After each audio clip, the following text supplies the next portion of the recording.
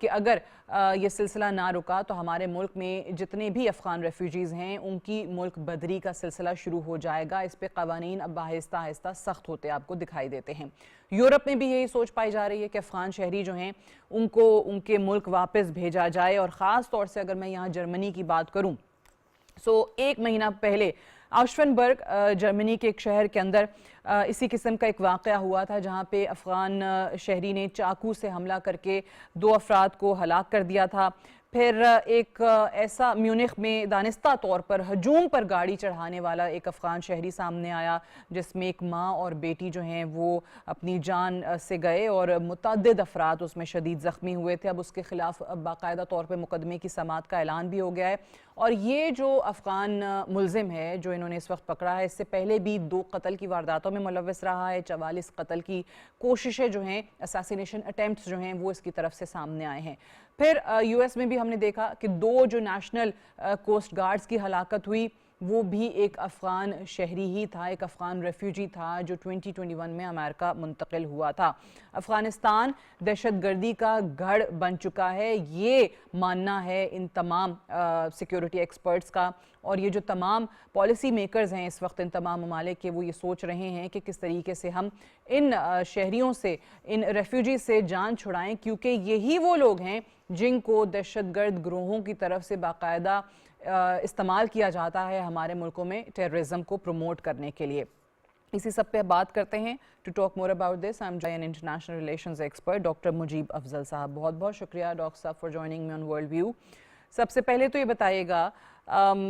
Central Asia, Europe, امریکہ, تمام لوگ افغانستان یا وہاں سے جنم لینے والی دہشت گردی کی اس وقت بات کر رہے ہیں, ان کے اپنے ملک میں افغان ریفیوجیز اس کا حصہ بن رہے ہیں, ان کے لوگوں پر حملے کر رہے ہیں. سو آپ کو یہ حالات کس جانب جاتے دکھائی دے رہے ہیں؟ 20 سال ایک لمبی, سب سے لمبی جنگ ہم نے اس ملک کے اندر دیکھی ہے, لیکن اگر اس کے باوجود بھی یہاں اسٹیبلٹی نہیں آ رہی تو آپ کس کو مورد الزام ٹھہراتے ہیں؟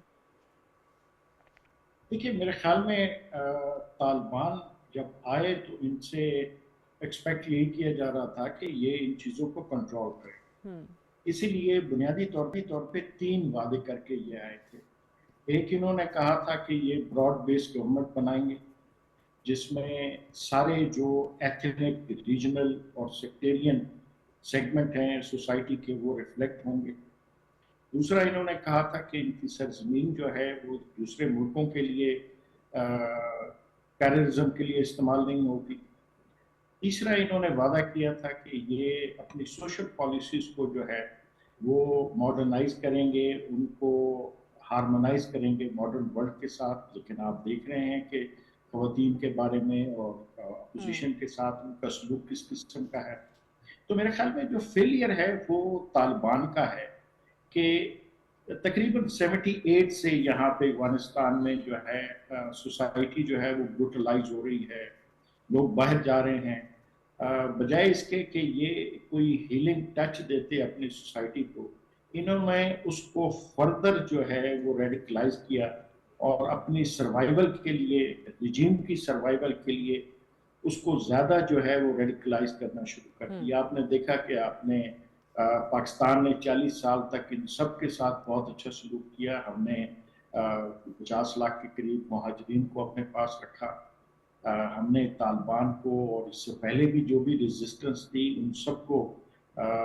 سوشل سروسز پرووائڈ کی. لیکن اس کے باوجود پاکستان کے خلاف انہوں نے استعمال ہونے دیا, بلکہ ایکٹیولی انڈیا اور ٹی ٹی پی کا جو الائنس تھا اس کو انہوں نے پروموٹ کیا. تو اس کے بعد میرے خیال میں وہ جو گیپس کریٹ ہوئے جس میں نہ یہ اپنی اسٹیٹ کو ریکنسٹرکٹ کر سکے اور نہ ہی سوسائٹی کو واپس اپنے جو ہے نارمل بیہیویئر کی طرف لے کے جا سکے. تو اس کی وجہ سے گیپس کے اندر باہر سے بھی لوگ آ رہے ہیں, داعش کے لوگ ہیں جو کہ وہاں پہ اپنے لیے سینچریز دیکھ رہے ہیں, پرانے لوگ جو ہیں وہ اپنے آپ کو ری آرگنائز کر رہے ہیں. جو عام لوگ ہیں انہوں نے ایک کلچر آف وائلنس میں جنم لیا ہے, اسی میں پلے بڑے ہیں اور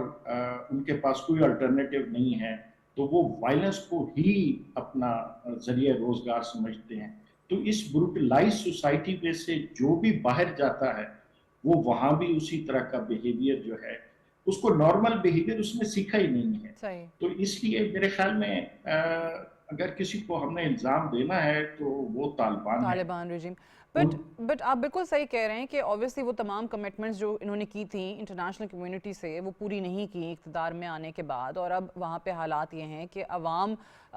خانہ جنگی کی طرف نہ چلے جائیں, ان کے خلاف اٹھ نہ کھڑے ہوں, اس کا اندیشہ بہت بڑھتا چلا جا رہا ہے. وہ تمام لوگ جو دیگر ممالک میں رہ رہے ہیں, جو افغان ریفیوجیز ہیں, جو 2021 میں انخلا کے ساتھ ہی, ان فورسز کے انخلا کے ساتھ ہی انہوں نے جانا پریفر کیا یہاں سے, ذرا ان کے بارے میں بھی بتائیے گا کہ اوبیسلی وہ لوگ اگر استعمال ہو رہے ہیں دہشت گردی کے واقعات میں ان یورپی ممالک میں, امریکہ میں یا کہیں اور, تو ان کی ملک بدری کے کتنے چانسز ہیں, اور اگر ان کو نکال دیا جاتا ہے, واپس افغانستان بھیجا جاتا ہے, تو افغانستان کے اس وقت وسائل پہ جو قابض لوگ ہیں وہ کیسے ان کو سنبھالیں گے؟ دیکھیے نا, جو اس وقت قابض لوگ ہیں وہ تو اپنے اس قبضے میں کوئی شیئر کرنے کے لیے تیار نہیں,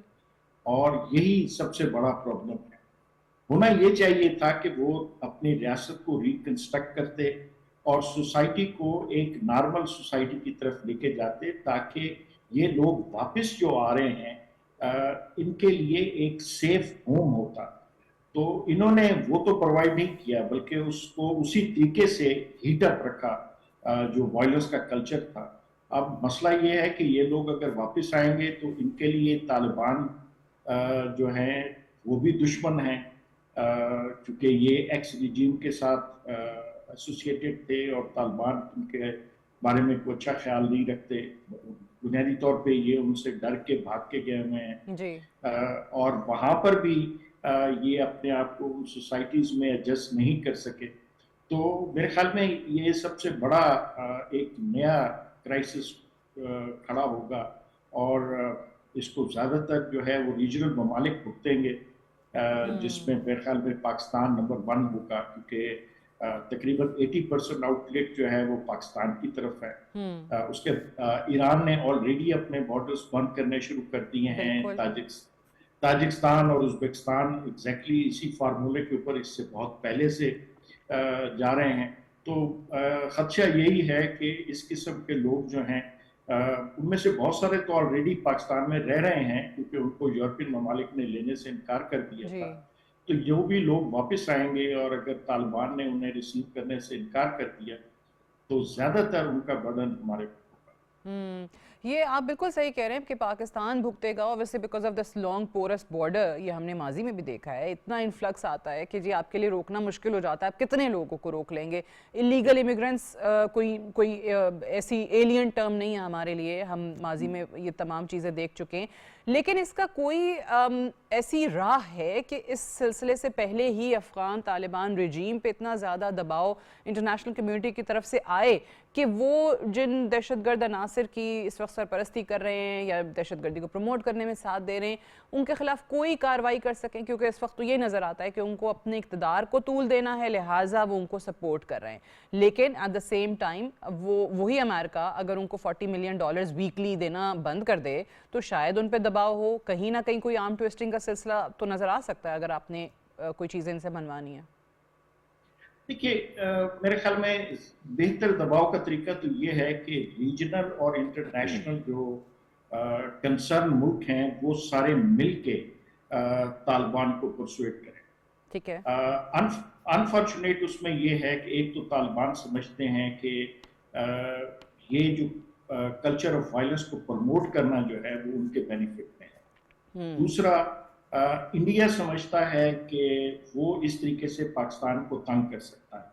تو اس لیے انڈیا جو ہے, آپ نے دیکھا ریسنٹلی انہوں نے ان کے ریپرزنٹیشن کو بھی ایکسیپٹ کر لیا. وہ اس کو as a launching pad against Pakistan جو ہے وہ یوٹیلائز کرنا چاہتا ہے. طالبان جو ہیں خود اس کو آگے بڑھا رہے ہیں, اور آپ کو یاد ہوگا کہ جس وقت انڈیا پاکستان کے درمیان یہ کلیش ہوا 4 days کا, تو اس میں طالبان کا فارن منسٹر جو ہے وہ انڈیا میں بیٹھا ہوا. اسی طرح سے طالبان کے ساتھ چائنا نے بہت اچھے تعلقات ڈیولپ کرنے کی کوشش کی, لیکن کچھ عرصے سے ان کے چائنا کے ساتھ بھی تعلقات خراب ہو گئے ہیں, ان کے تاجکستان کے ساتھ بھی تعلقات خراب ہو گئے ہیں. اس وقت میرے خیال میں اگر ان کے کسی کے ساتھ تعلقات ہیں تو شاید رشیا کے ساتھ ہیں.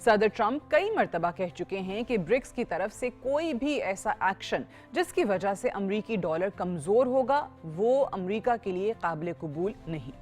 صدر ٹرمپ برکس ممالک پر معاشی پابندیاں لگانے کے ساتھ ٹیرف میں کئی گنا اضافے کی بھی بات کر چکے ہیں۔ دہلی میں بیٹھے ہوئے پالیسی میکرز بھی بہت اچھی طرح آگاہ ہیں کہ انڈین معاشی ترقی کے پس منظر میں گزشتہ 2 دہائیوں کی امریکی سپورٹ تھی، اور اب اگر ہم نے امریکی فیصلہ سازی کے سامنے سرنگو نہ کیا تو ہمیں سنگین معاشی مسائل کا سامنا بھی کرنا پڑ سکتا ہے، اور کچھ ہو بھی ایسا ہی رہا ہے۔ انڈیا دنیا کی سب سے بڑی معیشت سے بہت دور ہو چکا ہے، لیکن پھر بھی مودی سرکار کی کوشش ہے کہ کسی نہ کسی طرح واشنگٹن کو رام کیا جائے۔ جنوبی افریقہ میں برکس کے زیر انتظام ہونے والی نیول ایکسرسائز جسے پیس 2026 کا نام دیا گیا تھا، دہلی نے اس سے بھی دور اختیار کرتے ہوئے اس میں شرکت نہیں کی۔ برکس کے 5 فاؤنڈنگ ممبرز میں سے 2 جن میں برازیل اور انڈیا شامل ہیں، انہوں نے نیول ایکسرسائز میں حصہ نہیں لیا۔ اب سوال پیدا ہوتا ہے کہ انڈیا نے برکس کی ایکسرسائز سے دوری کیوں اختیار کی؟ انڈیا کسی بھی صورت امریکہ کو یہ سگنل نہیں کرنا چاہتا تھا کہ دہلی واشنگٹن کے مخالف گروپ کا حصہ بن چکا ہے۔ دوسری اہم بات، نیول ایکسرسائز میں چین اور روس کے علاوہ ایران بھی شامل تھا۔ دہلی کی کوشش تھی ایک ایسے وقت میں جب امریکہ اور اسرائیل ایران پر حملہ کرنے کا سوچ رہے ہیں تو ایران سے قریب ہونے کی ضرورت نہیں۔ دوسرا اہم سوال، کیا نیول ایکسرسائز اور چابہار پورٹ سے دوری اختیار کرنے کی وجہ سے امریکہ کے ساتھ تعلقات میں بہتری ممکن ہو سکتی ہے؟ ایسا ممکن نہیں۔ امریکی صدر ٹرمپ کے نقطہ نظر کے مطابق انڈیا روس کو یوکرین جنگ میں سپورٹ کر رہا ہے۔ انڈیا کو فائنانسر آف وار بھی ڈکلیئر کیا جا چکا ہے۔ جب تک روس سے تیل کی خریداری جاری رہے گی، تعلقات میں تلخیاں کسی بھی صورت کم نہیں ہو سکیں گی۔ تعلقات میں تلخی کی دوسری اہم وجہ روس سے ڈالر کے بجائے چینی یوان میں تیل خریدنا ہے۔ ڈالر کو نظر انداز کرنے کا مطلب پیٹرو ڈالر سسٹم کو نظر انداز کرنا ہے، جو صدر ٹرمپ کی ریڈ لائن بن چکی ہے۔ نئے بدلتے ہوئے ورلڈ آرڈر میں فیصلہ سازی بہت اہم ہوگی۔ ایک طرف انڈیا کی خواہش ہے کہ ہم روس سے سستے تیل کی خریداری جاری رکھیں، دوسری طرف امریکہ کو رام بھی کر سکیں، لیکن اب ایسا ممکن نہیں رہا۔ امریکہ انڈیا سے کلیئر فیصلہ سازی چاہتا ہے، جس سے ابھی تک اجتناب کیا جا رہا ہے۔ امریکہ انڈیا تعلقات میں تناؤ کے اثرات انڈین معیشت پر آنے شروع ہو چکے ہیں۔ ڈالر کے مد مقابل انڈین روپیہ تاریخ کی نچلی سطح تک پہنچ چکا ہے۔ انڈیا سے سرمایہ کاری نکالی جا رہی ہے۔ مغربی کارپوریٹ سیکٹر انڈیا سے دور ہو رہا ہے۔ انڈیا اپنی پالیسیز کی بدولت اپنے مسائل میں اضافہ کر رہا ہے اور ساتھ ہی ساتھ دنیا میں مزید تنہا بھی ہو رہا ہے۔ ایک طرف امریکہ ناراض اور دوسری طرف روسی بلاک سے بھی دور۔ That's all for tonight. Good night and Allah Hafiz.